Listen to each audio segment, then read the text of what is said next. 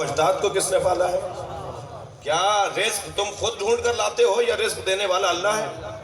جب اللہ ہے تو پھر وہی تمہاری اولاد کو پالے گا۔ ہاں یہ ضرور سوچو کہ تم بچوں کی تربیت کیسے کرو گے۔ اگر تربیت نہیں کر سکتے ہو تو ایک بھی زیادہ ہے، اور اگر تربیت کر سکتے ہو تو 15 بھی کم ہے۔ یہ کیا بات ہوئی کہ جی 2 ہی بچے اچھے؟ میں انتہائی مبارک سماعتوں کو ایک جملہ ہدیہ کر رہا ہوں۔ عزیزان گرامی، اگر 2 ہی بچے اچھے کا نعرہ قبول کر لیا جائے تو ابو طالب کے 4تھے بیٹے کو علی کہتے ہیں۔ ہمیں علی نصیب نہیں ہو۔ صلوات پڑھیں گے محمد و آل محمد۔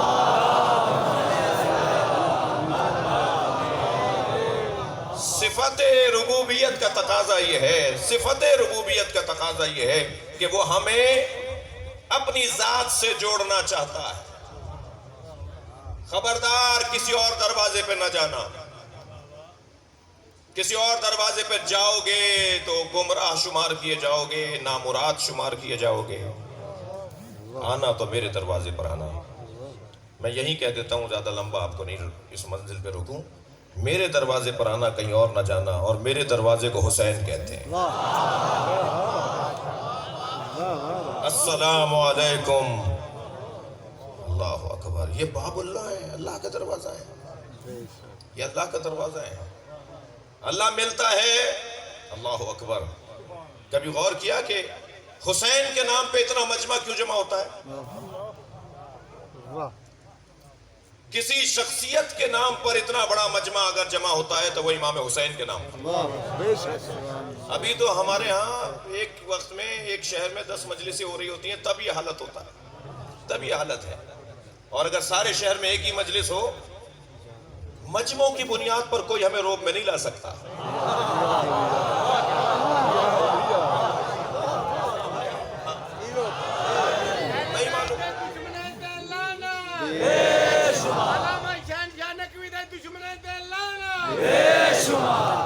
ہم تو آپ کو دعوت دی گئی، کوئی کارڈ چھاپا گیا تھا؟ ہمارے امجد بھائی نے کوئی کارڈ چھاپا تھا؟ بس ایک اعلان ہوا تھا کہ مجلس ہوگی اور لوگ آتے چلے گئے۔ یہی کیفیت پوری دنیا میں ہر جگہ ہے جی۔ ایک سوشل میڈیا پر ایک مفتی صاحب کا کلپ ڈلا ہوا ہے کہ اگر پاکستان میں شیعوں کو قتل نہ کیا گیا ہوتا اور یہ تکفیری نعرے بلند نہ کیے گئے ہوتے تو اس میں ہمارا نقصان جو ہوا وہ نہ ہوتا۔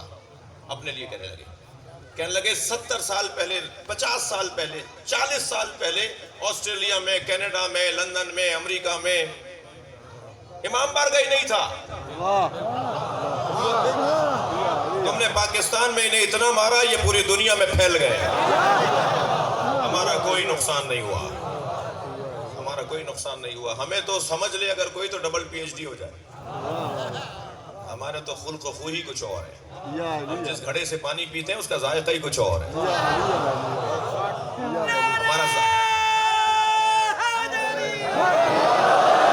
ہمارا انداز سوچنے کا کچھ ہے، ہماری چال بتاتی ہے کہ کون جا رہا ہے، ہمارا حلیہ بتاتا ہے، اور ہونا بھی ایسے ہی چاہیے۔ اور الحمدللہ بہت اچھی تصویر ہو گئی، بہت اچھا کردار الحمدللہ ہر دور کی طرح۔ تو بات یہ نہیں ہے، بات یہ ہے کہ پروردگار عالم کا احسان ہے کہ وہ ہم پر کرم فرمائے۔ تو دروازہ اللہ تک پہنچنے کا یہ گھرانہ۔ اور میں آپ کو ایک جملہ اور کہہ دوں، جس دروازے پر آپ بیٹھے ہیں نا، اسے اچھا دروازہ ویسے بھی کوئی نہیں ہے۔ دنیا کہاں بیٹھی ہے مجھے اس سے غرض نہیں ہے، مگر ہم جہاں بیٹھے ہیں وہاں سے جنت کا رستہ بنتا ہے، وہاں سے کامیابی کی راہیں نکلتی ہیں۔ یہ کیسے ممکن ہے کہ کوئی 70 سال سے عباس با وفا کی وفا سن رہا ہو اور وہ بے وفا ہو جائے؟ یہ کیسے ممکن ہے کوئی حضرت علی اکبر کی بابا پہ قربانی سن رہا ہو اور وہ باپ کے ساتھ بے ادب ہو جائے؟ یہ کیسے ممکن ہے کوئی حضرت قاسم کی چچا پہ قربانی سن رہا ہو اور وہ رشتوں کی پاسداری چھوڑ دے؟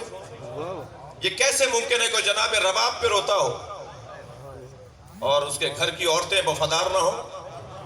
بھائی 2 گھنٹے اگر میں گلاب بیچنے والے کی دکان پر بیٹھ کر آؤں نا تو 4 گھنٹے تک میرے اندر سے گلاب کی خوشبو آتی ہے۔ جو 70 سال سے حسین حسین کر رہا ہے اس میں حسین کی سیرت کیسے نہیں آئی؟ کردار حسین یا سارت الحسین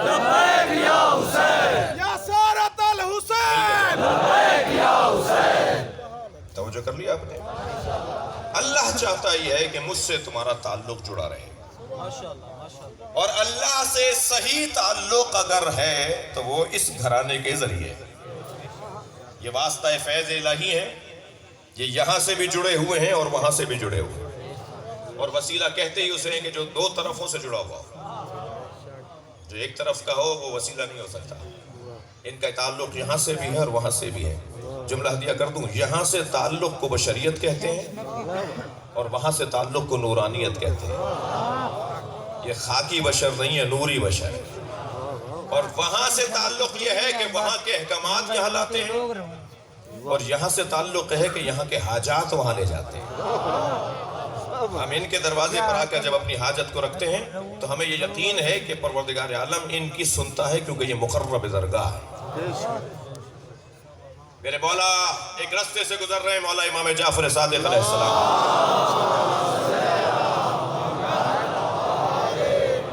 سامنے حضرت کا ایک چاہنے والا آتا نظر آیا، مگر عجیب بات یہ ہے کہ وہ شراب پی کر آ رہا تھا۔ امام کو آتے ہوئے دیکھا، کوچہ بھی بہت تنگ تھا، گلی بھی بہت تنگ گلی تھی، کسی مجمع میں کسی بندے کے پیچھے چھپ نہیں سکتا تھا۔ امام سامنے ہے، یہ بھی سامنے ہے، ہاتھ میں بچی ہوئی شراب کی بوتل۔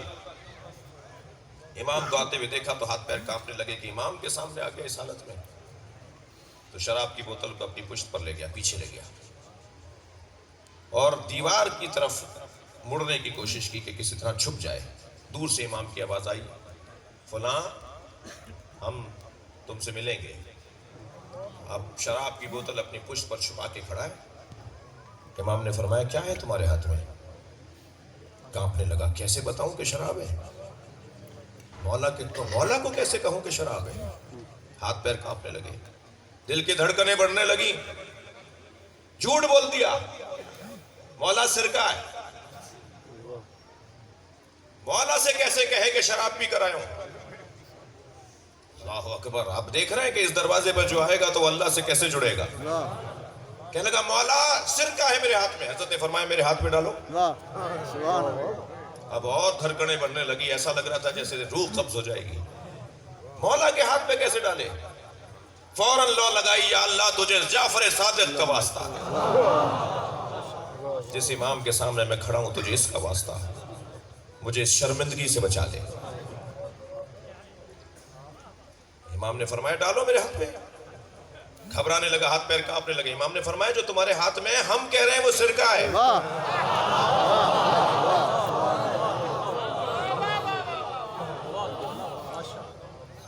میں ان لوگوں سے مخاطب ہوں، میں کوئی تشویق معصیت کرنے کے لیے ممبر پر نہیں آ سکتا کہ گناہوں کے کوئی حوصلہ افزائی کروں، گناہگاروں کو حوصلہ بخشوں، نہیں، مگر گناہگاروں کو مایوس کرنا بھی اس ممبر کا کام نہیں ہے۔ اگر کوئی گناہ ہو گیا ہے، کوئی خطا ہو گئی ہے، کوئی غلطی ہو گئی ہے، نہیں ہونا چاہیے، بھئی غلطی ہے تبھی تو چھپ کے کر رہے ہو۔ اگر صحیح بات ہوتی، عبادت ہوتی، کام صحیح ہوتا تو سب کے سامنے کرتے نا۔ یہ مخفی کرنا اپنے کام کو بتا رہا ہے کہ ہم پشیمان ہیں، نادم ہیں، یہ اچھا کام نہیں ہے۔ اللہ اکبر۔ تھکے بیٹھے تو نہیں ہیں؟ ماشاءاللہ۔ ایک بہت بڑا نام ہے حضرت آیت اللہ محمد حسین بروجردی اللہ مقامہ۔ حرم حضرت معصومہ میں بالائے سر کی طرف جب جائیں گے، مسجد اعظم کی طرف جب آپ رخ کریں گے تو وہاں حضرت آیت اللہ بروجردی کی قبر ہے، مزار ہے۔ حضرت آیت اللہ بروجردی صاحب کرامت مجتہد، حضرت آیت اللہ عراقی، یہ آیت اللہ العظمہ عراقی نہیں، آیت اللہ احمد عراقی، یہ محمد علی عراقی تھے، احمد عراقی حافظ نہج البلاغہ اور حافظ صحیفہ سجادیہ تھے۔ میں کچھ محفلوں میں ان کی خدمت میں بیٹھا ہوں، آیت اللہ تقیئی کے گھر پر یخچال قاضی میں ان کی خدمت میں تھا، تو انہوں نے جو مجھے خود میں نے سنا ان کی کان سے، وہ آیت اللہ بروجردی کے خاص شاگردوں میں سے تھے۔ وہ کہنے لگے کہ جب ہندوستان سے، اور اس وقت میں پاکستان کی تشکیل نہیں ہوئی تھی، جب مرجعیت آیت اللہ بروجردی کی تھی، تو کہا ہندوستان سے، یعنی اس خطے سے، آپ کے علاقے سے، بر صغیر سے جب کوئی زائر آتا تھا تو آپ کے علاقوں کے لوگوں کا طریقہ یہ ہے کہ خاص طور پہ سید کو، سادات کو جھک کے ملتے ہیں، تو اور مرجع تقلید تھے، علی الاطلاق مرجع تھے، تو جب آیت اللہ برجردی سے کوئی جھک کر پاکستانی یعنی بر صغیر کے لوگ ملتے تھے تو ان کے ہاتھ میں چھوٹی سی چوب ہوتی تھی، ایک عصا ہوتی تھی ان کی، تو وہ مارتے تھے، روکتے تھے کہ نہیں میرے پیروں کو ہاتھ نہیں لگاؤ. تو کہنے لگے ساری زندگی جھکنے والوں کو وہ روکتے رہے، جب میں نے انہیں قبر میں اتارا. آیت اللہ عراقی فرماتے ہیں جب میں شاگرد تھا ان کا، وہ فرماتے ہیں کہ میں نے جب انہیں قبر میں اتارا تو میرا دل کہنے لگا کہ ساری زندگی تو انہوں نے کسی کو پیروں کو ہاتھ لگانے نہیں دیا، آج اچھا موقع ہے میں ان کے پیروں کا بوسہ دے دوں. تو کہنے لگے میں جھکنے لگا نا ان کے پیروں کی طرف تو وہ پیر سمیٹنے لگے. اس سطح کا عالم، اس کیفیت کا عالم. ان کے استاد کیسے ہوں گے؟ جو اس سطح کا عالم ہو اس کے استاد کیسے ہوں گے؟ اچھا اسی میں وہ آیت اللہ راکی فرما رہے ہیں جب میں تلقین پڑھنے لگا وہ فرماتے ہیں تو مجھے آواز آنے لگی کہ کوئی میرے ساتھ پڑھ رہا ہے. کہنے لگا فرمان لگے میں قسم کھا کے کہتا ہوں کہ میرا ذہن یہ کہہ رہا تھا کہ باہر کھڑے ہوئے لوگ جو قبر کے باہر کھڑے ہیں ان میں سے کوئی ساتھ میرے پڑھ رہا ہے، دوہرا رہا ہے. لیکن میری توجہ ہوئی کہ وہ خود میرے ساتھ پڑھ رہے تھے. آیت اللہ برجردی خود میرے ساتھ ساتھ جملے دوہرا رہے تھے. اس سطح کے صاحبان کرامت لوگ. ان کا استاد کیسا ہوگا؟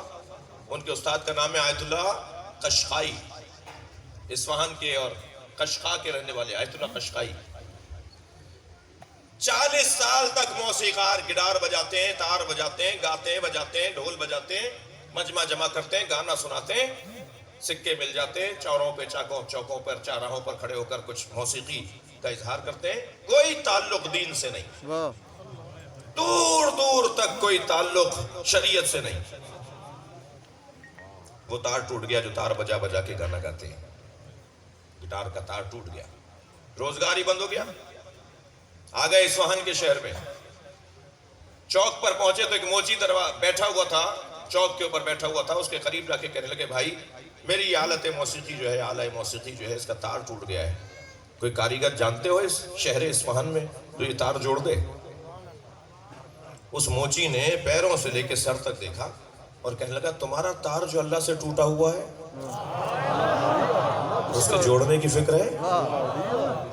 بس یہ جملہ اتنا اثر کر گیا کہ زمین پر بیٹھ گئے. کہنے لگے یہ تار کون جوڑتا ہے؟ تم نے سچ کہا ہے، میرا تار تو ٹوٹا ہوا ہے، میرا تو اپنے اللہ سے کوئی تعلق ہی نہیں ہے، یہ میرا تار کون جوڑے گا؟ تو مدرسے کی طرف اشارہ کر کے کہا وہ جو سامنے دروازہ دیوار نظر آ رہی ہے یہ مدرسہ ہے، اس کے اندر بہت سارے بزرگ بیٹھے ہوئے، یہ سب تار جوڑنے والے. پہنچ گئے مدرسہ اصفہان میں اور نہ صرف ایک مجتہد عالم بنے، اتنے بڑے عارف بنے کہ برجردی جیسوں کے استاد بنے.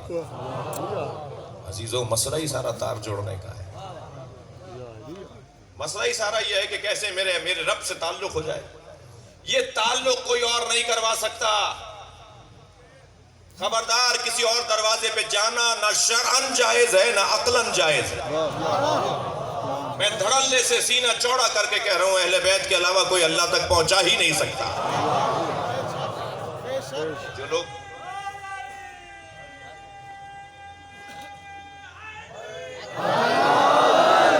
میں بڑے اطمینان کے ساتھ یہ جملہ آپ کی خدمت میں عرض کروں، اگر کوئی آپ کو یہ کہتا ہوا نظر آئے کہ ہمیں ڈائریکٹ اللہ سے بات کرنی چاہیے، ہم وسیلے کو نہیں مانتے، ہمیں اللہ کی مدد چاہیے اور اللہ ہی سے بات کرنی چاہیے، وسیلے کی کوئی ضرورت نہیں ہے، تو میں آپ سے گزارش کروں گا پہلا سوال تو اس سے یہ کیا کریں تم نے اپنا چہرہ آئینے میں دیکھا ہے؟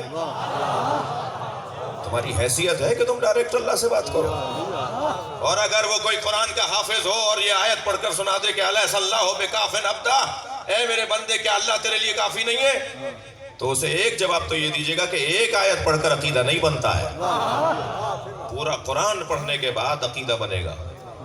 ہاں یہ آیت موجود ہے مگر اسی قرآن کے اندر یہ آیت بھی موجود ہے، قُلْ رَبِّ اَدْخِلْنِي مُدْخَلَ صِدْقٍ وَأَخْرِجْنِي مُخْرَجَ صِدْقٍ. اے میرے حبیب مجھ سے یہ دعا مانگو کہ یا اللہ مجھے ہر کام میں سچائی کے ساتھ داخلہ عطا فرما، سچائی کے ساتھ خارجہ عطا فرما. وَجَعَلْنِي مِن لَدُنَّكَ سُلْطَانًا نَصِيرًا، اور اپنی جانب سے مجھے مضبوط مددگار عطا فرما. بتاؤ وہ مددگار کون ہے؟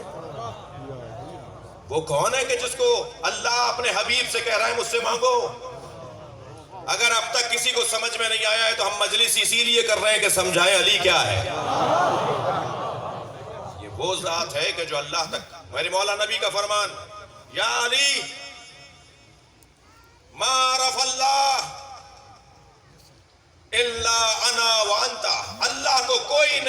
جانتا، کوئی حق معرفت ادا نہیں کر سکتا مگر میرے اور تمہارے. وما عرفنی، اور کوئی مجھے نہیں پہچانتا الا اللہ وانتا، سوائے اللہ کے اور سوائے اللہ کے اور تمہارے علاوہ مجھے کوئی نہیں جانتا. اور آخری جملہ ما عرفکا یا ما عرفکا، کلاہما صحیح کہتے ہیں بعض بزرگ. ما عرفکا الا اللہ وانا، اور علی تمہیں کوئی جان ہی نہیں سکتا سوائے اللہ کے اور میرے. یہ بحث ختم کیجئے کہ وہ مقصر ہے اور وہ غالی ہے. غالی کی بھی تعریف آ گئی ہے، بہار الانوار میں علامہ مجلسی نے لکھ دی ہے روایت. اور مقصر کے بارے میں بھی ہم سب اہل بیت کی بارگاہ میں قاصر ہیں. قاصر اور ہے، مقصر اور ہے. ہمیں جرأت ہی نہیں ہے، ہمارے اندر توانائی نہیں ہے کہ ہم اہل بیت کے فضائل کا حق ادا کر سکیں، ان کے پہچاننے کا دعویٰ کریں. ہماری مثال تو میرے عزیزوں، میرے بچوں، جوانوں یہ ہے کہ جیسے سمندر کے کنارے کوئی کھڑے ہو کر سمندر کی تعریفیں کرے، اسے کیا پتا اس کی گہرائی کیا ہے، اسے کیا پتا اس کی وسعتیں کیا ہیں، اسے کیا پتا اس میں کیا کیا جواہرات پائے جاتے ہیں. ہماری مثال تو ایسی ہے. البتہ یہ بھی ذہن میں رہے کہ جو پہلے سے بیمار ہوتے ہیں وہ سمندر پہ جا کر شفا یاب نہیں ہوتے، بلکہ ان کی بیماریوں میں اور اضافہ ہو جاتا ہے. تو بہت سارے لوگوں کو فضائل اہل بیت سے شفا نہیں ملتی. صلوات پڑھیں ذرا محمد و آل محمد.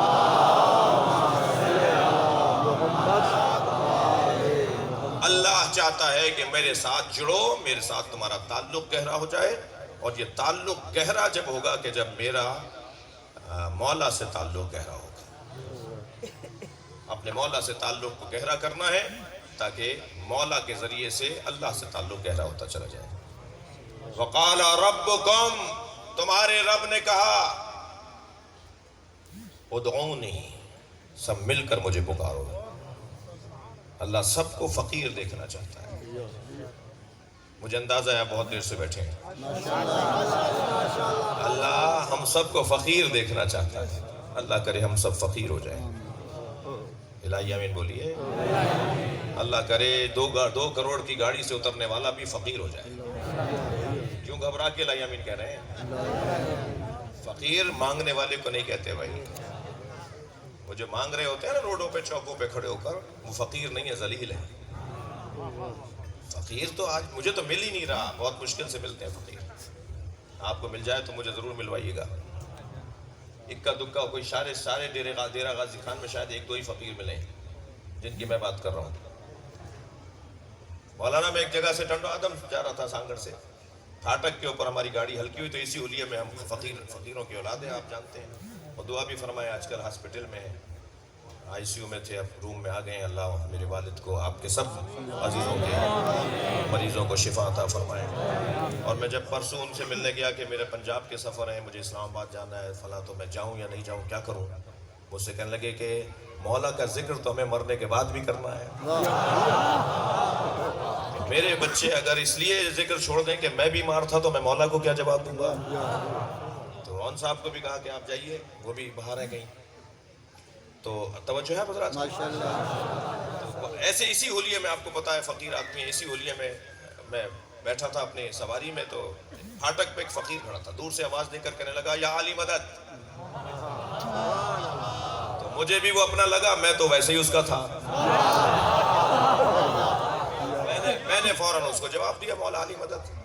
کیونکہ بہرحال اسماعیلی برادران سلام نہیں کرتے، صرف یا علی مدد بولتے ہیں. تو ان سے تو بہرحال اچھے ہیں نا جو سلام بھی کریں اور یا علی مدد نہ بولے. تو بہرحال ان سے تو کوئی بات ہو سکتی ہے نا تھوڑی بہت. وہ 6 سے 12 تک آ سکتے ہیں. بھائی 6 کو 12 تک لانا زیادہ آسان ہے یا 0 کے میں پہلے سے 12 تک لانا آسان ہے؟ مشکل ہے نا. تو میں نے آواز دے کر، وہ اگرچہ بعد میں نے اس سے کہا تم نے سلام کیوں نہیں کیا؟ اس نے کہا نہیں میں سلام کرنے والوں میں سے ہوں، میں نے بس تمہیں روکنے کے لیے پہلے یہ جملہ کہہ دیا. اور مجھے اچھا لگا. میں نے کہا جی کچھ خدمت کروں آپ کی؟ کہنے لگا نہیں میں کچھ دوں. یقین جانیے میں نے اپنے دوست سے کہا گاڑی روک دو بھائی، سائیڈ لگاؤ، پہلا فقیر ملا ہے. فقیر تو مانگنے والے ہوتے ہیں ہمارے ہاں.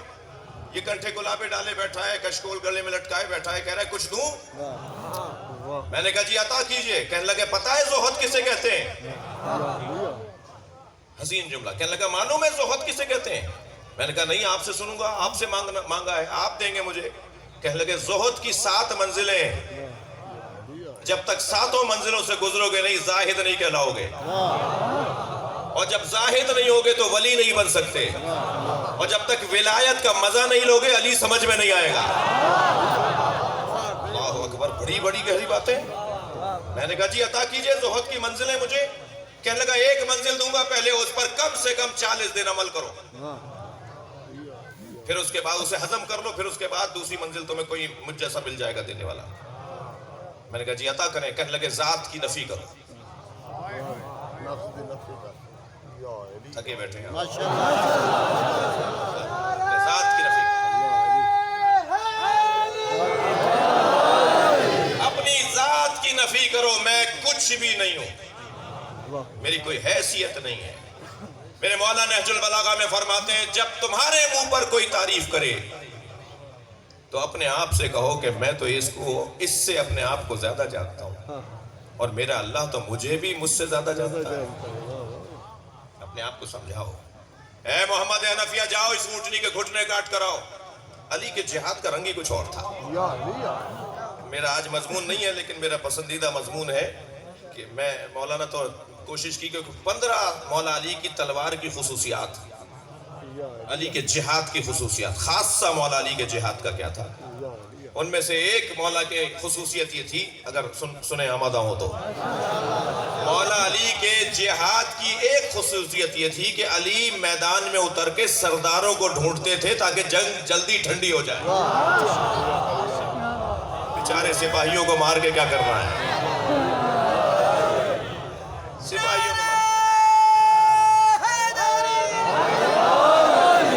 سرداروں کو پہلے مار دو جا کے جنگ ختم ہو جائے، ٹھنڈی پڑ جائے. تو علی میدان میں اتر کر ڈھونڈتے تھے وہ سردار ہے، وہ فلاں قبیلے کا سردار ہے، پہلے انہیں جاؤ، ان کے مار کے آؤ. اور ایک ہی لمحے میں، کچھ ہی لمحوں میں مولا سرداروں کو مارتے تھے، جنگ ٹھنڈی پڑ جاتی تھی. جس میدان میں 40 دن تک فتح نہ ہو، جو میدان 39 دن تک فتح نہ ہو، وہ ایک دن میں کیسے فتح ہو گیا؟ سردار کو مار دیا، جنگ ختم ہو گئی. بیچارے غریبوں کو مار کے کیا کرنا ہے؟ جو سرداروں کے روب میں آئے ہیں، جو ان کی وجہ سے آئے ہیں. دل کر رہا ہے ایک روایت سنا دو، مولانا اجازت. جنگ بدر کرائے کا قاتل لے کر آئے مشرکین.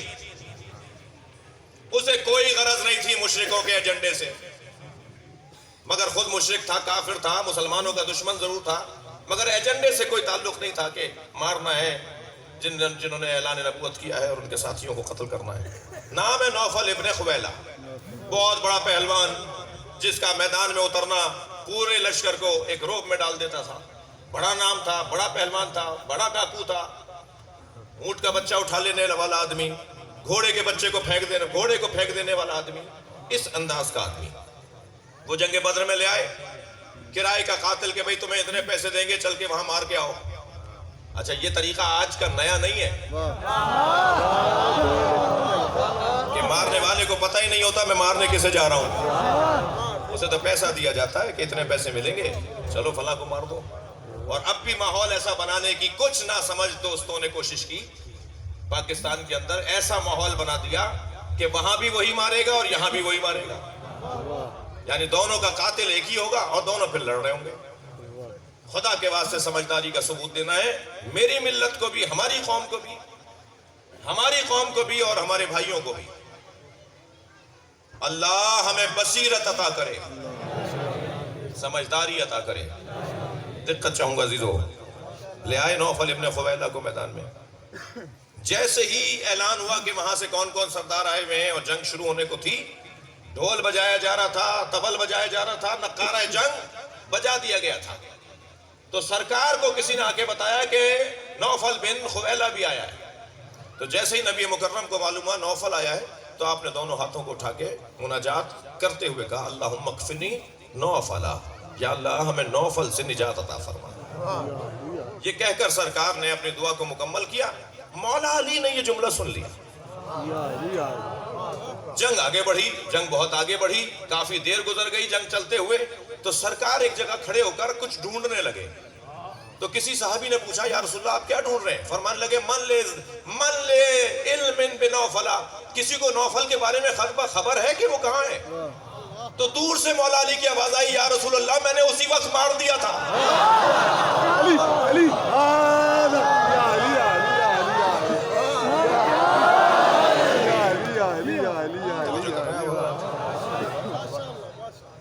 بحث یہ ہے کہ اللہ کا قرب حاصل کرنے کے لیے ذریعہ وہ انتخاب کیا جائے کہ جو ذریعہ مضبوط ہے۔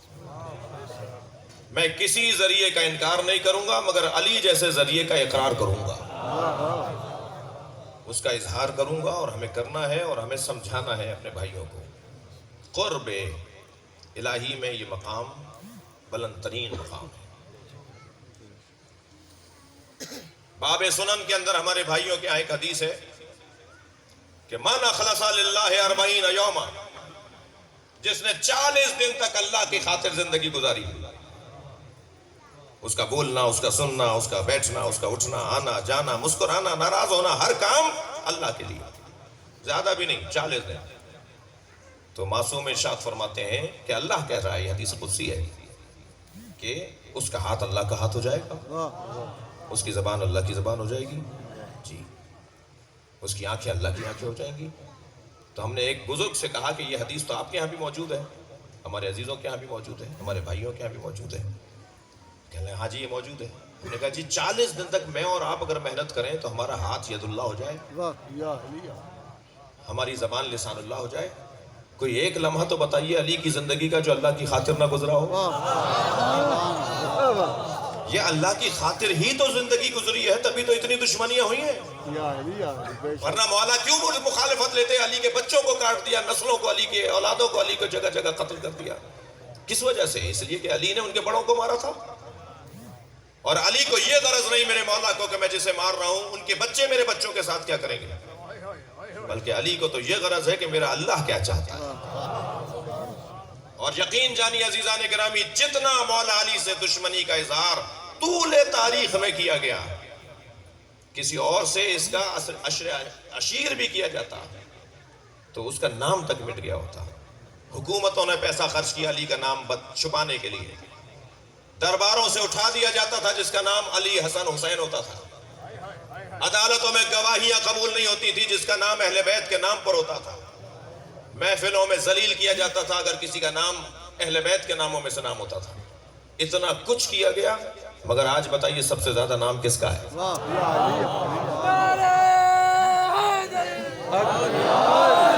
کبھی غور کیا حضرت عباس باب الحوائج کیوں ہیں؟ جو اپنی ذات کی نفی کرے اسے اللہ باب الحوائج بنا دیتا ہے۔ جو 34 سال تک کربلا کا انتظار کر رہا ہوں، باب مصائب میں نہیں ہوں لیکن مثال دے رہا ہوں کہ قرب الہی، اور یہی دلیل ہے کہ ہم ان سے جڑے ہوئے ہیں۔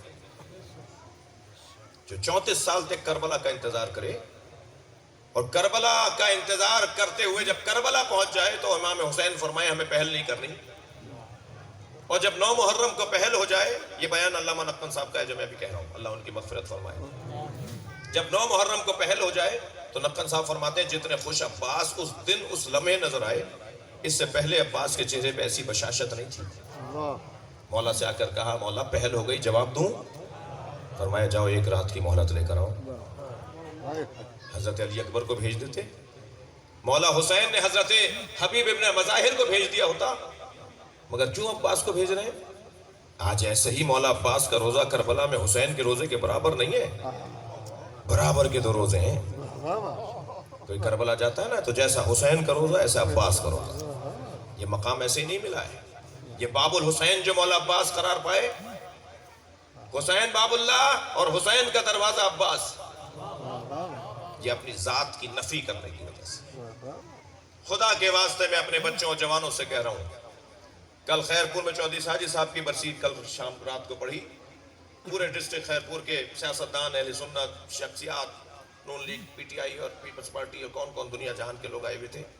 وہاں بھی میں نے ایک جملہ کہا، یہاں بھی دل کر رہا ہے وہ جملہ کہہ دوں۔ عزیزان گرامی، 2 لوگوں کو تو ویسے علی کا نام نہیں لینا چاہیے، تو لوگوں کو یا علی نہیں بولنا چاہیے، یا علی مدد نہیں بولنا چاہیے، علی علی نہیں کرنا چاہیے، ایک بزدل کو، ایک کنجوس کو۔ کیا تعلق کیا تعلق ہے اس کا مولا علی سے جو کنجوس ہو؟ کیا تعلق ہے اس کا مولا علی سے؟ حق نہیں ہے اسے علی کہنے کا جو بزدل ہو۔ نہ بزدل کا علی سے کوئی تعلق ہے، نہ کنجوس کا علی سے کوئی تعلق ہے۔ علی کا نام انسان کو عالی بناتا ہے، یہ ذکر انسان کو بلند کر رہا ہوتا ہے۔ مجھے وہ سنی بڑا اچھا لگتا ہے جو لاکھوں شیعوں میں ہاتھ باندھ کے نماز پڑھتا ہے، کربلا معلیٰ میں، مشہد مقدس میں، حرم حضرت معصومہ میں، لاکھوں شیعوں میں وہ ہاتھ باندھ کے نماز پڑھتا ہے۔ واللہ مجھے اچھا لگتا ہے دو باتوں کی وجہ سے۔ ایک بات تو یہ کہ وہ ہاتھ باندھ کے نماز پڑھ کر بتاتا ہے جو دین میں نے سمجھا ہے اس پہ عمل کرنے کی جرت بھی رکھتا ہوں۔ دوسرا پیغام مجھے دیتا ہے خبردار شیعوں سے ڈرنا نہیں، یہ مارتے نہیں ہیں۔ لاکھوں شیعوں میں بھی اگر اکیلے ہوگے کچھ نہیں ہوگا۔ یہ آپ کی بہترین تصویر ہے جو اہل بیت کے ذکر نے عطا کی ہے۔ توجہ کیا آپ نے؟ مگر مجھے وہ شیعہ بہت عجیب لگتا ہے کہ جو جب چاہتا ہے ہاتھ باندھ لیتا ہے۔ ایک صاحب مجھ سے کہنے لگے ہم نے بہت سنی دیکھے جو شیعہ ہوئے ہیں۔ میں نے کہا میں نے بہت شیعہ دیکھے ہیں جو سنی ہوئے ہیں۔ کہنے لگا آپ نے کہاں شیعہ دیکھ لیے جو سنی ہو گئے؟ میں نے کہا یہ ہمارے 21ویں گریڈ کے افسران، یہ ہمارے بڑے بڑے زمیندار، یہ ہمارے M P M N As, یہ بہت زیادہ بڑے لوگ، البتہ جو ہیں ان کی تعریف نہیں ہو رہی، میں برائی نہیں ہو رہی، جو اکثریت کی بات کر رہا ہوں، یہ جب چاہتے ہیں ہاتھ باندھ لیتے ہیں۔ مولانا کیا کریں سارے دوست سنی تھے، تو میں کیا علی ماننے پر شرمندگی ہے؟ سینہ چوڑا کر کے کہو علی کا طرز زندگی منافقت کی موت ہے، علی کا طرز زندگی منافقت کی موت ہے، ہماری درسگاہ کربلا کربلا، مل کر جواب دیجیے۔ ہے ہماری درسگاہ کربلا کربلا، حق کا سیدھا راستہ کربلا کربلا، حسینیوں کی زندگی عقیدہ و جہاد ہے، شہید کربلا کا غم نجات ہے، حیات ہے، نعرہ حیدری۔ توجہ کر لی آپ نے؟ بہت زیادہ دیر آپ کو بٹھانا مطلب نہیں ہے، علماء کرام کی مصروفیات آپ سب کی، تو میں چاہوں گا کہ بہت زیادہ طویل گفتگو نہ ہو، مگر اتنا کہتا ہوا آگے بڑھوں کہ عزیزو ہمیں فخر کرنا چاہیے، ہمیں سینہ چوڑا کر کے۔ میں تو ایک جملہ اور کہہ دوں، اگر کبھی غرور کرنے کی اللہ نے اجازت دی نا، اگر کسی بات پہ تکبر کی اجازت ملی نا، تو وہ اسی بات پر ملے گی کہ تم حسین کو مانتے ہو، ہم علی کو مانتے ہیں، ہم اہل بیت کو مانتے ہیں۔ میں نے بہت غور کیا کہ اللہ کے بارے میں سوچوں کہ اللہ متکبر کیوں ہے۔ وہ ہمیں تو پسند نہیں کرتا کہ ہم تکبر کریں، مگر خود متکبر ہے، تو یہی تو نتیجہ ہے کہ اس کا حق ہے کہ وہ خود کو متکبر کہے کہ جس نے علی اور محمد کو بنایا، جس کے آگے مصطفیٰ جھکتا ہو، جس کے آگے مرتضیٰ جھکتے ہیں۔ مجھے اور آپ کو بھی فخر کرنا چاہیے اور انتہائی اطمینان کے ساتھ، وقال ربکم ادعونی، مجھے پکارو میں تمہیں جواب دوں گا، استجب لکم، میں تمہیں جواب دوں گا، مجھے پکارو۔ عزیزو ایام سجادیاں ہیں، مجھے پکارو میں تمہیں جواب دوں گا۔ اور ان الذین یستکبرون عن عبادتی، جو میری عبادت سے تکبر کرتے ہیں، جو غرور کرتے ہیں، جو میرے آگے جھکتے نہیں ہیں، مجھ سے بات نہیں کرتے، ان کو کہہ دو سیدخلون جہنم داخرین، ذلیل کر کے جہنم میں ڈالا جائے گا۔ اللہ ایسے لوگوں کو ذلیل کرے گا جو اللہ کی بارگاہ میں جھکنے کے لیے تیار نہیں۔ ناکام شخصیت ہے کہ جس کے پاس ساری دنیا کے لیے تو وقت ہے مگر 2 رکعت کا وقت نہیں ہے۔ کتنے دن ہو گئے نماز پڑھے ہوئے؟ کہہ لیں جی ہفتہ گزر گیا، نماز گزر گئی، قضا ہو رہی ہے، گن پٹی پہ جوں نہیں رینگ رہی۔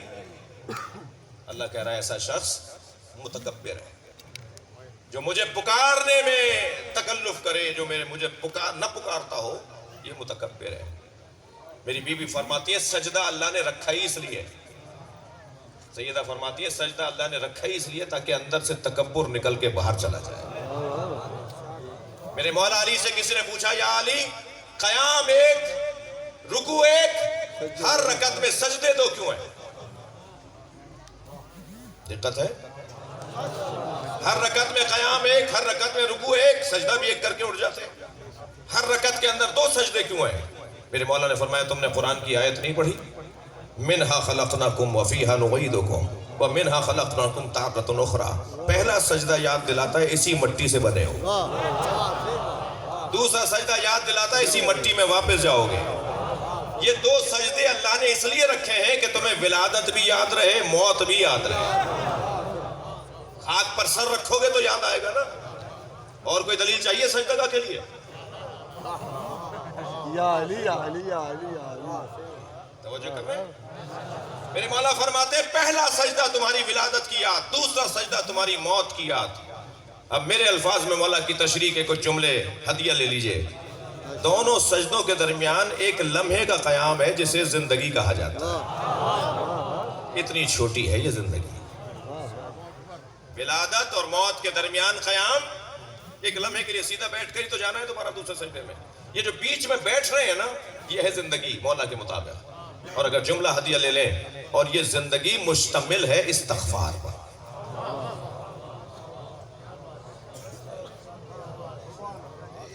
ایک سجدے سے اٹھیں گے، دوسرے سجدے میں جاتے ہوئے اتنی دیر تک کیا پڑھنا ہے؟ استغفار۔ زندگی یعنی استغفار۔ سرکار کو اللہ نے جب سب کچھ دے دیا تب کہا اذا جاء نصر اللہ والفتح ورأيت الناس يدخلون في دين الله افواجا فسبح بحمد ربك واستغفره۔ سب کچھ دینے کے بعد کہا کہ استغفار کرو۔ استغفار سے کوئی تعلق گناہ کا نہیں ہے۔ گناہگاروں کو استغفار کی دعوت نہیں دی جاتی، ورنہ اللہ اپنے حبیب کو نہ کہتا۔ استغفار اپنے رب سے رابطے کو کہا جاتا ہے۔ جب نعمتیں بڑھ جائیں تو رابطہ بڑھاؤ۔ شاید کوئی بات ہو کسی بچے کے لیے، یہ سورہ جب نازل ہوا ہے جب سرکار کو اللہ نے سب کچھ دے دیا، جب مجھے نعمتیں ملنا شروع ہو جائیں، نعمتیں بڑھنا شروع ہو جائیں، جیسے جیسے نعمتیں بڑھتی چلی جائیں ایسے ایسے میرا استغفار بڑھنا چاہیے۔ ضرورت ہی بڑے لوگوں کو ہے، ضرورت ہی زیادہ بڑے لوگوں کو ہے۔ بڑے سے مراد جو پیسے میں بڑا ہو، شہرت میں بڑا ہو، کرسی میں بڑا ہو۔ بیگم ساجدہ نیّر مجھے نہیں معلوم اس وقت وہ کیسی ہیں، وزارت زراعت کی وزیر تھی پنجاب کی، وزیر زراعت تھی پنجاب کی، مومنہ خاتون میرے ساتھ حج پہ تھی۔ جب مزدلفہ کے اندر ہم کنکریاں بین رہے تھے نا، تو میں ان کے قریب سے گزرتے ہوئے میں نے پوچھا کیسا لگ رہا ہے بیوی؟ کہنے لگی اللہ ناک رگڑوا رہا ہے۔ ہم یہ کہاں کرتے ہیں، کام یہاں کروایا جا رہا ہے ہم سے۔ مٹی پر بیٹھے ہوئے کنکریاں بین رہے ہیں، بچے بھی نہیں کرتے آج کل یہ کام۔ کہنے لگا اللہ خوب ہمیں ذلیل کر رہا ہے، خوب ناک رگڑ رہا ہے۔ کہنے لگا مولانا میں واپس جا کر پنجاب اسمبلی کے بعد، یہاں کیونکہ پنجاب اسمبلی کی ممبر تھی، وزیر تھی، کہنے لگے باہر جا کر، وہاں جا کر میں اسمبلی کے باہر 3 ستون بنواؤں گی، اور تمام اراکین اسمبلی سے کہیں گے پہلے ان 3 ستونوں کو پتھر مار کر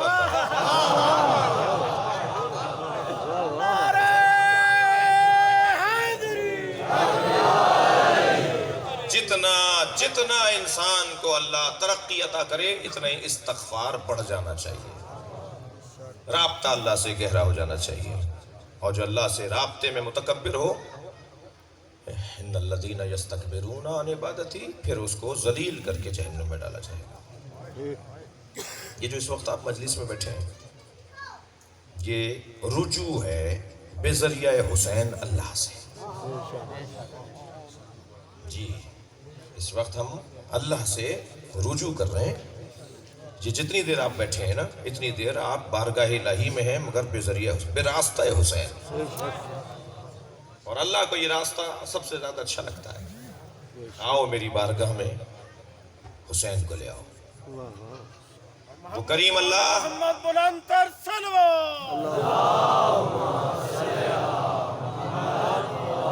کریم اللہ حسین کو بہت عزیز رکھتا ہے، بے شک وہ سب کچھ حسین کے نام پر دینے کو تیار ہے۔ بے شک باوضو ہو کر بیٹھے، خلوص نیت کے ساتھ بیٹھے، دل کی طہارت کے ساتھ مجلس میں آ کے بیٹھے، اور جب مجلس میں آ کے بیٹھے اور آنکھ سے آنسو ٹپکے اور روتے ہوئے چہرے کے ساتھ، بہتے ہوئے آنسوؤں کے ساتھ ایک لمحے کے لیے اپنے اوپر غور کر لیا، یا اللہ آئندہ وہ نہیں کروں گا۔ ہر ایک کا اپنا بت ہے، ہر ایک نے اپنا بت علیحدہ بنایا ہوا ہے۔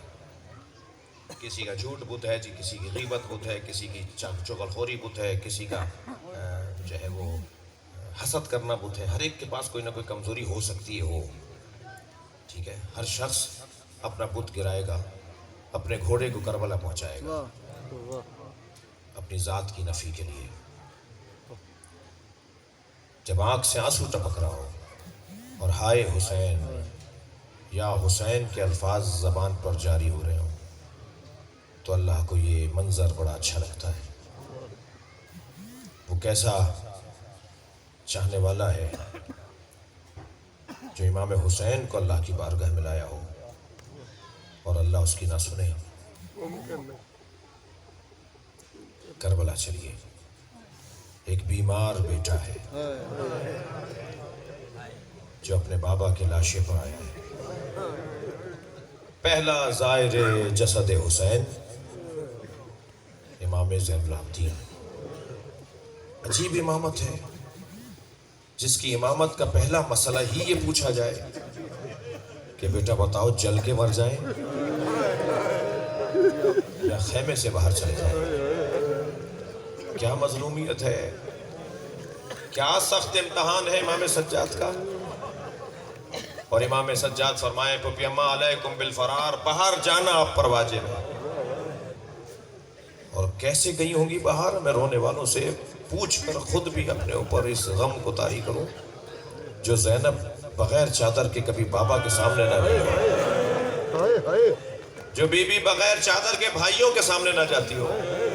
اس نے شام غریبہ میں مغرب کی نماز بغیر چادر کے کیسے پڑھی؟ ہائے ہائے ہائے ہائے جب نماز مغرب میری بیوی نے پڑھی ہوگی ہائے اور اللہ اکبر کہا ہوگا تو عجب نہیں سوچا ہو یا اللہ میری اس نماز کو قبول کر لے، یہ تیری بارگاہ میں زینب آئی ہے۔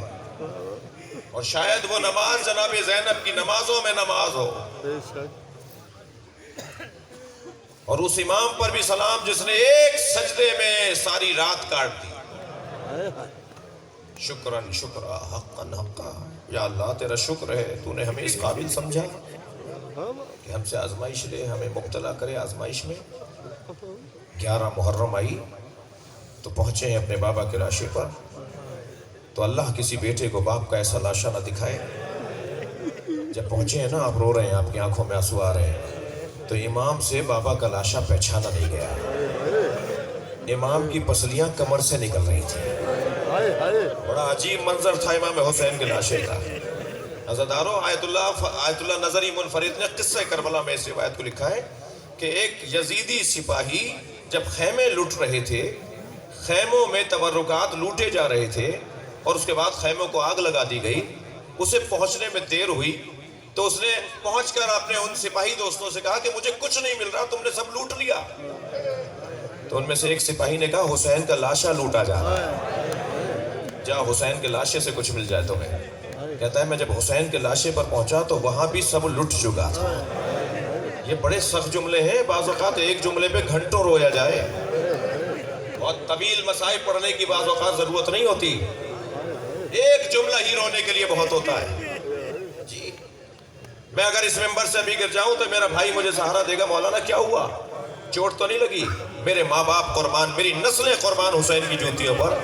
حسین گھوڑے سے گر گئے، ہائے ہائے کسی نے پڑھ کر نہیں سہارا دیا۔ وہ ذوالجناح زمین پر لیٹ گیا تھا کہ کسی طرح دوبارہ بیٹھ جائیے، میں آپ کو کہیں اور لے جاؤں، مگر حسین مظلوم کے بدن مبارک میں سکت نہیں تھی کہ دوبارہ گھوڑے پر بیٹھتے۔ وہ جا نہیں رہا تھا حسین کو چھوڑ کے، لاشے کے گرد، بدن کے گرد چکر کاٹ رہا تھا، سپاہیوں کو قریب آنے سے روک رہا تھا۔ حسین مولا، اللہ اکبر۔ ایک اور جملہ، ایک بزرگ عالم دین آیت اللہ شیرازی یا حضرت آیت اللہ حائری وہ حرم معصوم میں بیٹھے مصائب سن رہے ہیں. ذاکر نے ایک جملہ کہا جس میں انہوں نے چیخیں مار مار کے گریہ کیا اور پھر 3 گھنٹے تک بے ہوش رہے. اور وہ جملہ یہ تھا کہ آواز دی گئی زینب کو دربار میں لایا جائے.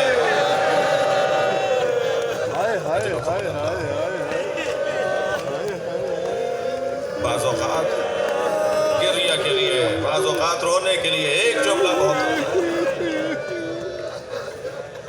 کہتا ہے میں جب پہنچا حسین کے لاشے پر تو حسین کا لاشا لٹ چکا تھا. کوئی امامہ لے جا چکا تھا، کوئی ابا لے جا چکا تھا، کوئی نالینیں اتار کے لے گیا تھا. کہتا ہے حسین کے بدن پر کچھ نظر نہیں آ رہا تھا سوائے ایک پھٹے ہوئے کرتے کے، جسے حسین نے خود، میرے مولا نے خود کئی جگہ سے چاک کیا، تار تار کیا، اس کو پھاڑا امام نے. کہنے لگا میں نے دیکھا تو محسوس کیا کہ اس کرتے کی کوئی قیمت نہیں ملے گی تو میں حسین کے بدن سے کرتا نہ اتاروں. میں جانے لگا تو ایک دم توجہ ہوئی کہ حسین نے کرتا روکنے کے لیے کمر میں پٹکا باندھا ہوا ہے. میں نے جب اس پٹکے کو دیکھا جو حسین کی کمر میں بندھا ہوا تھا تو مجھے خیال آیا کہ اس پٹکے کی قیمت مل جائے گی. کہتا ہے کہ میں جب حسین کے برابر میں بیٹھا، آیت اللہ نظری منفرد نے لکھے ہیں یہ مسائل، جب میں حسین کے جسد کے بدن کے برابر میں بیٹھا تو دیکھا کہ حسین نے 2 گرہیں لگائی ہوئی ہیں. اس پٹکے میں 2 گرہیں لگائی ہوئی ہیں. کہنے لگا میں نے گرہ کھولنا چاہی تو حسین کا ہاتھ اٹھنے لگا. کہنے لگا مجھے ایک روب ستاری ہونے لگا، میں گھبرانے لگا، مگر میں نے جلدی کیا کہ کسی طرح سے گرہ کھل جائے. حسین کا ہاتھ اس گرہ پر آ گیا. میں نے بہت چاہا کہ حسین کا ہاتھ اٹھاؤں مگر ہاتھ اٹھتا نہیں تھا. میں نے پوری طاقت سے حسین کا ہاتھ گرہ سے ہٹانا چاہا، وہ ہاتھ ہٹ نہیں رہا تھا. تو سنیں گے عزادارو کیا کہتا ہے؟ وہ کہتا ہے میں نے خنجر نکال کر حسین کا ہاتھ کاٹ دیا. اجر و کمل اللہ، اجر و کمل اللہ. آپ کی آوازیں بلند ہیں، مولا آپ کو اجر و ثواب عطا فرمائے. وہ کہتا ہے کہ جب حسین کا ہاتھ کٹ گیا تو پھر میں نے گرہ کھولنا چاہیا تو حسین کا دوسرا ہاتھ گرہ پر آ گیا. سنیں گے عزادارو؟ وہ کہتا ہے میں نے دوسرا ہاتھ بھی کاٹ دیا. میں ان رونے والوں سے سوال کرتا ہوں زینب نے کیسے دیکھا ہوگا؟ میری بیوی سکینہ نے بابا کا یہ حال کیسے دیکھا ہوگا؟ امام سجاد، اجر و کمل اللہ، اجر و کمل اللہ.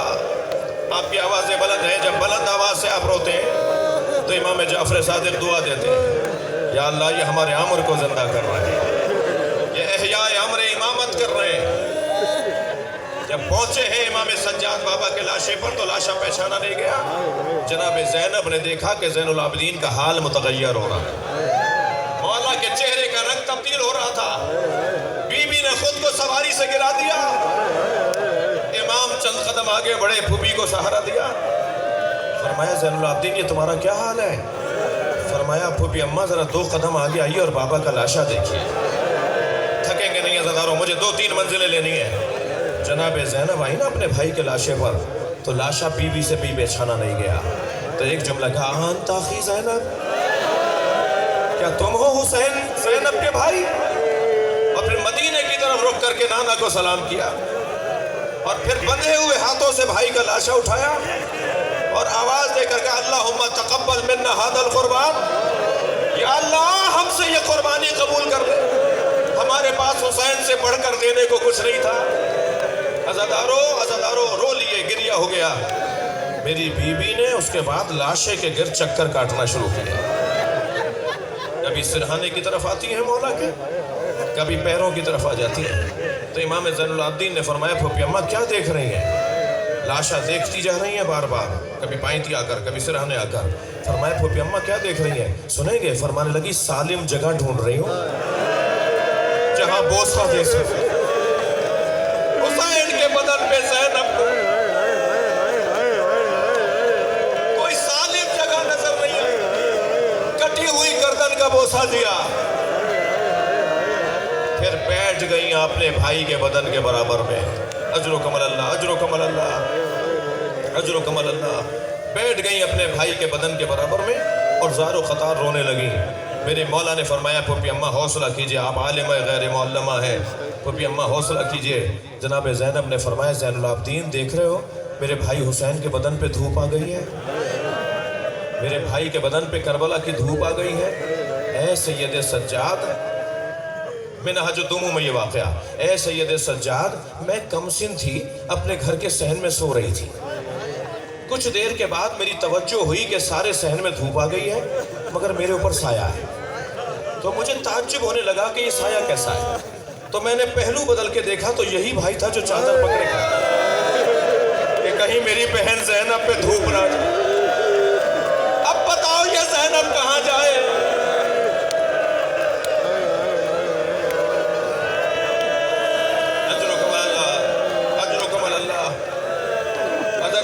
عزادارو جلدی نہیں ہے، مجھے ایک منزل اور لینے دیجئے۔ اللہ آپ کو آنسو عطا کرے۔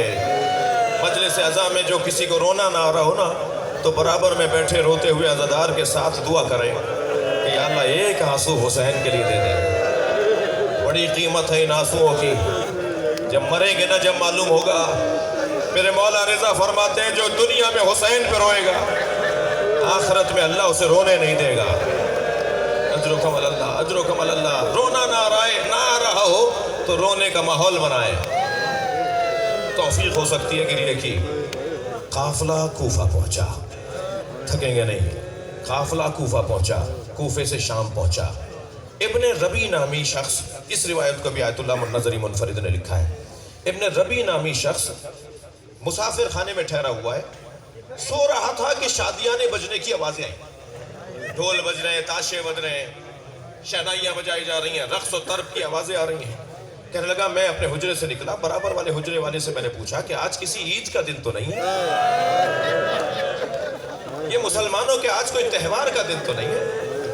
یہ لوگ اس طرح سے رقص کیوں کر رہے ہیں؟ یہ خوشی کیوں منائی جا رہی ہے؟ تو اس مسافر نے کہا تمہیں نہیں پتا، کربلا میں ایک باغی نے خروج کیا تھا،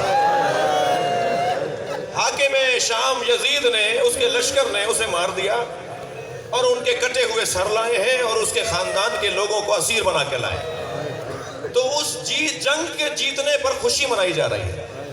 یہ ابن ربی کہتا ہے کہ مجھے سمجھ میں نہیں آ رہا تھا کہ یہ کون ہے جس نے کربلا میں بغاوت کی ہے۔ آخر کہتا ہے میں باہر نکلا اور بازار میں گیا جہاں قافلہ چل رہا تھا، نیزے کے انیوں پہ کٹے ہوئے سر تھے، کچھ عورتیں تھیں، کچھ بچیاں تھیں جن کو باندھا ہوا تھا۔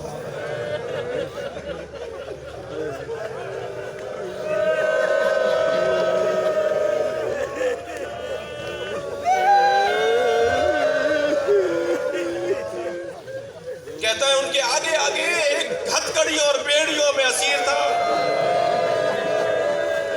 وہ چل رہا تھا۔ عجیب روایت ہے۔ کہتا ہے کہ میں ان کے قریب گیا اور میں نے کہا تم نے کیا کیا تھا؟ کیوں ایسا کام کیا جو تمہیں مارا گیا؟ تو ان کی گردن جھکی ہوئی تھی، انہوں نے گردن اٹھا کے مجھے دیکھا اور کہا ابن ربی تم تو شام کے رہنے والے نہیں ہو۔ کہنے لگا میرے ہاتھ پیر کانپنے لگے، یہ کون ہے جو میرے نام سے جانتا ہے، میرے علاقے کو جانتا ہے؟ میں نے کہا آپ کون ہیں؟